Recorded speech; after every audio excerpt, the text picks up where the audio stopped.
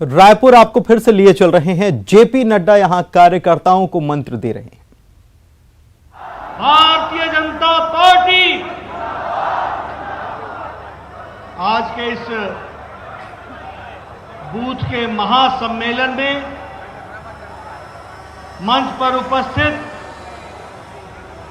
हमारे पूर्व में मुख्यमंत्री रहे और वर्तमान में राष्ट्रीय उपाध्यक्ष सम्माननीय डॉक्टर रमन सिंह जी, हमारे बहुत ही जुझारू और कर्मशील प्रदेश अध्यक्ष और सांसद श्री अरुण साहू जी, हमारे सह संगठन मंत्री राष्ट्रीय श्री शिव प्रकाश जी, हमारे इस क्षेत्र के संगठन मंत्री अजय जम्वाल जी, हमारी राष्ट्रीय महामंत्री और प्रभारी बहन डी पुरंदेश्वरी जी, हमारे नेता प्रतिपक्ष श्री नारायण चंदेल जी, भारत सरकार में मंत्री रेणुका जी, पूर्व में प्रदेश अध्यक्ष रहे विष्णुदेव साय जी, हमारे राज्यसभा में हमारी सहयोगी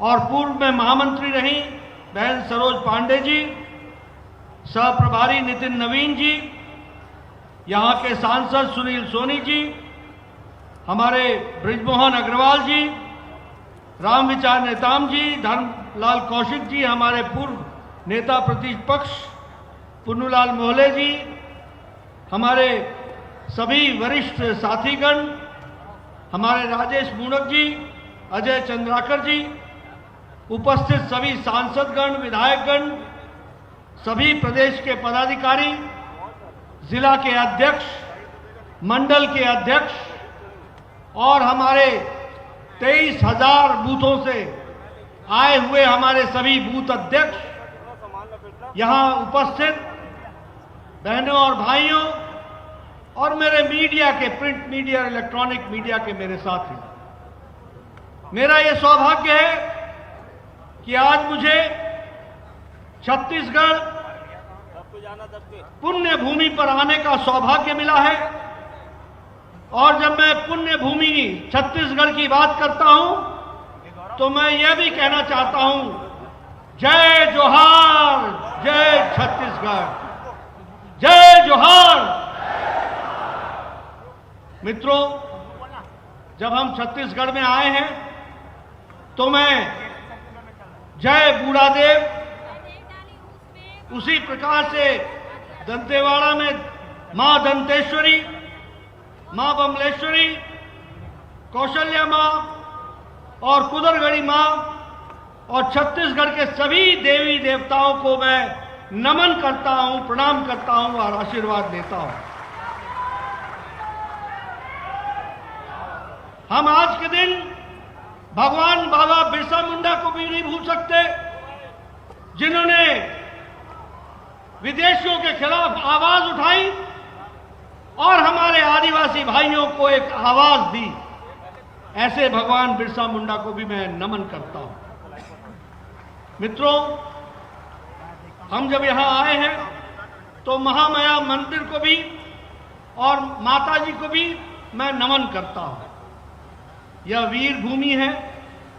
मैं 1857 के स्वतंत्रता संग्राम में यहां के वीर नारायण सिंह जी को भी नहीं भूल सकता, जिन्होंने अपना पूरा योगदान किया। उसी प्रकार मैं श्रमिक आंदोलन को, जिन्होंने अंग्रेजों के खिलाफ लड़ाई लड़ी, ऐसे ठाकुर प्यारेलाल जी को भी मैं नमन करता हूं। श्री बाबू छोटेलाल श्रीवास्तव जी को भी नमन करता हूं और अपने वीर जवानों को, जिन्होंने 62 में, 65 में और 71 में अपनी जान को जोखिम में डालकर देश के लिए रक्षा में अपने आप को आहूत किया, ऐसे वीर जवानों को भी मैं नमन करता हूं। मित्रों, जब मैं छत्तीसगढ़ आया हूं तो मुझे पुरानी यादें ताजा हो जाती हैं। और जब मैं पुरानी यादें बोलता हूं तो एक नारा हमेशा लगाता हूं, छत्तीसगढ़िया, छत्तीसगढ़िया सबले भैया।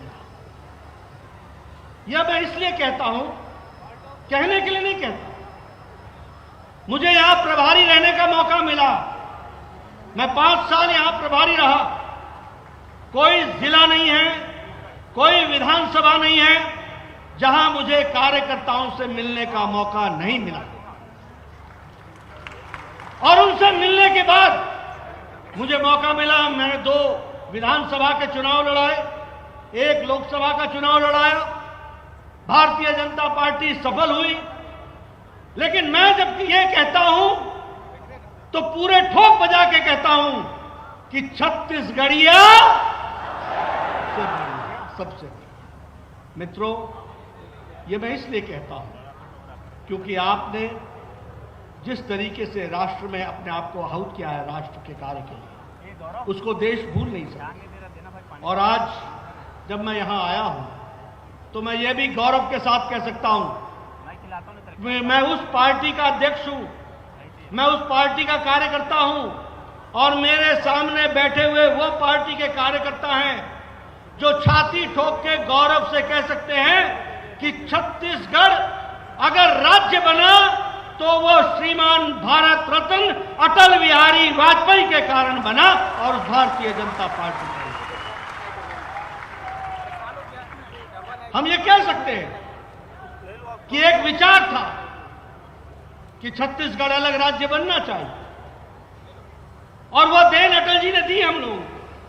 भारतीय जनता पार्टी का कार्यकर्ता फख्र से बोल सकता है कि छत्तीसगढ़ का एग्जिस्टेंस, छत्तीसगढ़ जो धरती पर आज राज्य के रूप में है, वह भारतीय जनता पार्टी की सोच का नतीजा है और वो अटल बिहारी वाजपेयी जी का देन है।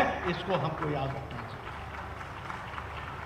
जब मैं अटल जी को याद करता हूं तो मैं ये भी याद करता हूं कि चाहे वो कुशाभाऊ ठाकरे जर्नलिज्म की यूनिवर्सिटी हो, चाहे वो टेक्निकल यूनिवर्सिटी दुर्ग में हो, फिर चाहे वो पंडित सुंदरलाल शर्मा ओपन यूनिवर्सिटी हो, और फिर चाहे रायपुर में all India institute of medical sciences AIIMS Raipur हो, ये सब कुछ दिया है तो वो भारतीय जनता पार्टी ने दिया है और अटल बिहारी वाजपेयी जी ने दिया।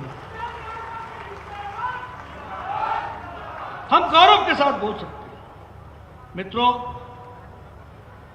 एक बात और मैं कहना चाहता हूं कि आदरणीय प्रधानमंत्री मोदी जी ने भारत की राजनीति की संस्कृति बदल डाली है।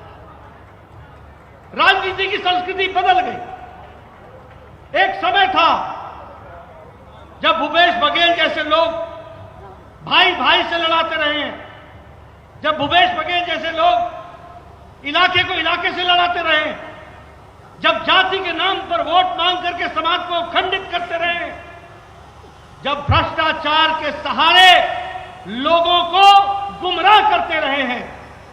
ये मोदी जी की संस्कृति है कि अब किसी को भी जनता के सामने जाना पड़ेगा तो अपना रिपोर्ट कार्ड लेके जाना पड़ेगा और बताना पड़ेगा जनता को कि उसने जनता के लिए क्या किया।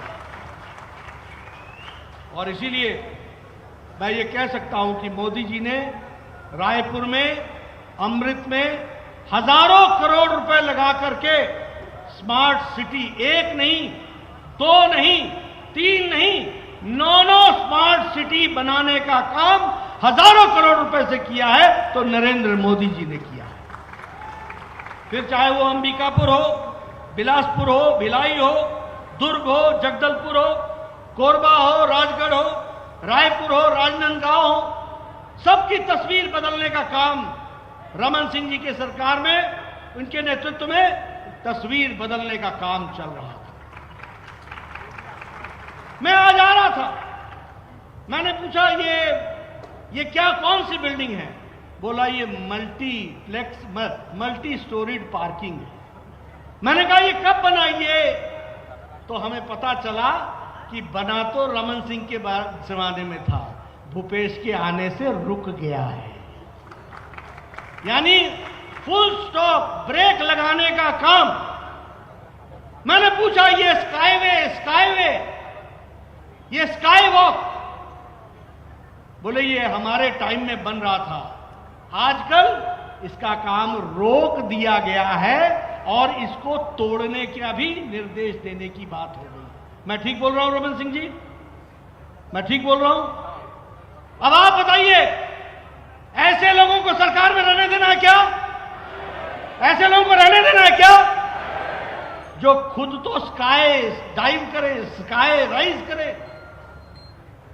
और दूसरों को स्काई वॉक से भी रोके? ये कैसे लोग हैं? ये विकास विरोधी लोग हैं। ये नहीं चाहते कि समाज आगे बढ़े, ये चाहते हैं कि इनका घर भरे, ये चाहते हैं कि ये कांग्रेस पार्टी का एटीएम बन करके गरीब छत्तीसगढ़ की जनता को लूट करके कांग्रेस पार्टी का खजाना भरे। ये काम ये करना चाहते हैं। ऐसे लोगों को रहने देना क्या? आप कांग्रेस का एटीएम बनना चाहते हो क्या? कांग्रेस का एटीएम बनना चाहते हो क्या? आप बताइए, यहां हमारे आदिवासी भाई मारे गए, अभी पीछे संख्या थी 71 आदिवासी भाई मारे गए और भूपेश बघेल जी केरल में राहुल गांधी जी के साथ ताली बजा रहे। ये स्थिति आकर के खड़ी हो गई। एक परिवार की सेवा में लग गए, छत्तीसगढ़ को छोड़ दिया, कोई चिंता नहीं है। और अगर मैं बात करूं भारतीय जनता पार्टी की, तो मैं कह सकता हूं कि हम लोगों ने, मैं छाती ठोक के कह सकता हूं, आदरणीय प्रधानमंत्री मोदी जी के नेतृत्व में जब हम स्वास्थ्य मंत्री थे तो हमने बिलासपुर के गवर्नमेंट मेडिकल कॉलेज को 200 करोड़ रुपए का सुपर स्पेशलिटी ब्लॉक दिया था और 7 सुपर स्पेशलिटी ब्लॉक बनाए। इतना ही नहीं, ये हम लोग थे जिन्होंने मेडिकल कॉलेज जगदलपुर में, बरसर के एरिया में, आदिवासी इलाके में जगदलपुर में मेडिकल कॉलेज खोला। अंबिका